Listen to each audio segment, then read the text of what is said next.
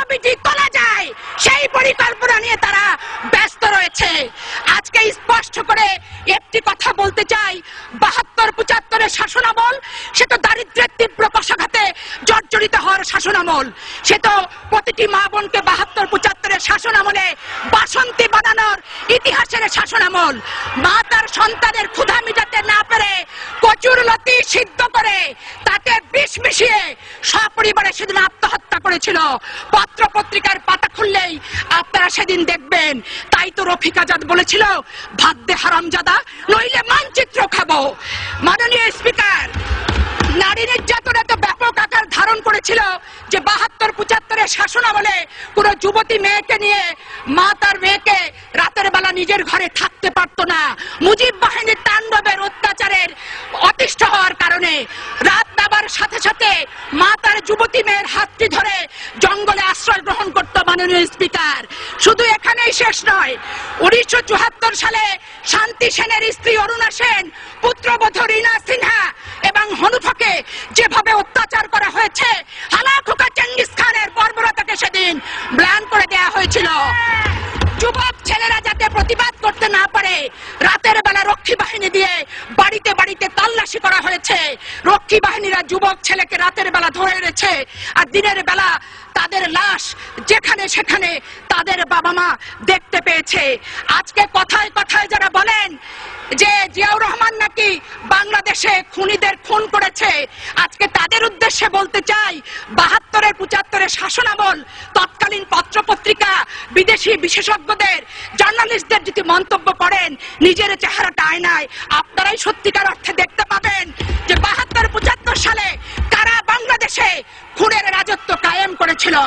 মাননীয় স্পিকার, আজকে প্রশ্ন করতে চাই, ১৯৭৪ সালে ১৬ই মার্চ জাসদের গুলিতে, জাসদের মিছিলে গুলি চালিয়ে সেদিন ৫০ জন জাসদ নেতাকে হত্যা করা হয়েছিল। শুধু তাই নয়, জাসদের অফিসে সেদিন আগুন ধরানো হয়েছিল, তাদের পত্রিকা গণকণ্ঠ সেদিন সিজ করা হয়েছিল। ঢাকা বিশ্ববিদ্যালয়ে ৭ জন মেধাবী ছাত্রকে মেশিন গানের গুলিতে সেদিন নিশ্চিহ্ন করেছিল কার শাসনামলে? মাননীয় স্পিকার, আপনাকে প্রশ্ন করতে চাই, আমি প্রশ্ন করতে চাই, ১৯৭৩ সালে পাবনার জেলখানা থেকে ৫ জনকে রাতের অন্ধকারে দ্বীপচরে নিয়ে যে নির্মম নিষ্ঠুর ভাবে হত্যা করে বাংলাদেশের ইতিহাসে প্রথম জেল হত্যার ইতিহাস কারা সৃষ্টি করেছিল? মাননীয় স্পিকার, আজকে প্রশ্ন করতে চাই, মাননীয় স্পিকার, আপনার মাধ্যমে সরকারি দলকে সমগ্র বাংলাদেশে আওয়ামী লীগ দুঃশাসনের বিরুদ্ধে, আওয়ামী লীগ দুঃশাসনের বিরুদ্ধে, টাইমটা বাড়াই দিতে বলো ফারুক ভাই, আওয়ামী লীগ দুঃশাসনের বিরুদ্ধে সমগ্র বাংলাদেশে জাসদ নেতা কর্মীরা সেদিন প্রতিবাদ করেছিল। আজকে জাসদ মহাজোটের অংশ হয়েছেন, খোশ গল্প করছেন, নিজেদের অস্তিত্ব ভুলে গেছেন, বিগত দিনের ইতিহাস ভুলে গেছেন।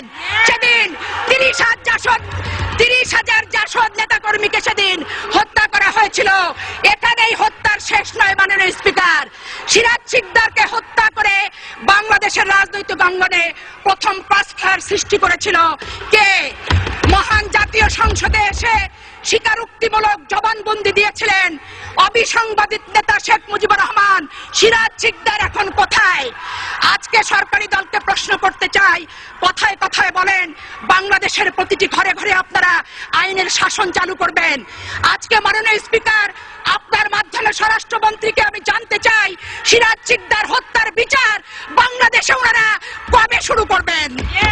এই কথাগুলি আমার কথা নয়, বিভিন্ন পত্রিকা থেকে প্রাপ্ত তথ্যের ভিত্তিতেই আমি তথ্যমূলক ভাবে বক্তব্য উপস্থাপন করতে চাই। মাননীয় স্পিকার, ১৯৭৪ সালের ১৩ ডিসেম্বর শেখ মুজিবুর রহমান সাহেব বলেছিলেন, এতদিন অন্যেরা খাইছে, এখন খাইব আমার লোক, কেউ কোনো কথা বললে লাল ঘোড়া দাবড়াইয়া দিমু। উনি আরো লিখেছিলেন, ১৭ মিনিটের আইন পাস, বাক স্বাধীনতার গলায় ফাঁস। ১৯৭৫-এর ২৫শে জানুয়ারি ৪র্থ সংশোধনী। ১৯৭৩-৭৪ অর্থ বছরে বাংলাদেশের শাসন কার্য পরিচালনা করার জন্য ২০০০ কোটি টাকার প্রয়োজন ছিল। বিদেশি দাতা দেশগুলো 3000 কোটি টাকা সেদিন দিয়েছিল। আজকে যারা বিএনপিকে দুর্নীতিবাজ বলেন তাদের উদ্দেশ্যে বলতে চাই, বাসন্তীর ভাগের টাকাটাও সেদিন আওয়ামী লীগরা খেয়েছিল। সময় আগে বাড়ানো যাবে না, কারণ সময় বাড়ায় দেওয়া হয়েছে অন্যদেরকে দিবেন। শেষ করুন। ইত্তেফাকের হেডলাইন ছিল 3000 কোটি টাকার বিদেশি সাহায্য কোথায় গেল? শেষ করুন। 1974 28 ডিসেম্বর গার্ডিয়ান পত্রিকার শিরোনাম ছিল ঢাকা বিশ্বের সবচেয়ে ভীতিপ্রদ একটি শহর। মাননীয় স্পিকার, 1374 সালে 18 ফেব্রুয়ারি গার্ডিয়ান পত্রিকার শিরোনাম ছিল বাংলাদেশ মুজিবের তৈরি একটি বিপর্যস্ত এলাকা। এই ছিল শেখ মুজিবের সোনার বাংলার ইতিহাস পত্রিকার ভাষায়। মাননীয় স্পিকার, 1974 22 সেপ্টেম্বর সানডে টাইমসে লেখা হয়েছিল বাংলাদেশ আজ দেউলিয়াত্বের পথে। 1973 সালে 5 জুলাই ইত্তেফাকের শিরোনাম ছিল প্রীতির মহামারী। মাননীয় স্পিকার, 1973 সেদিন জি ধন্যবাদ মাননীয় সদস্য, শিরোনাম ছিল আপনাকে ধন্যবাদ। এখন মাননীয় সদস্য জনাব খান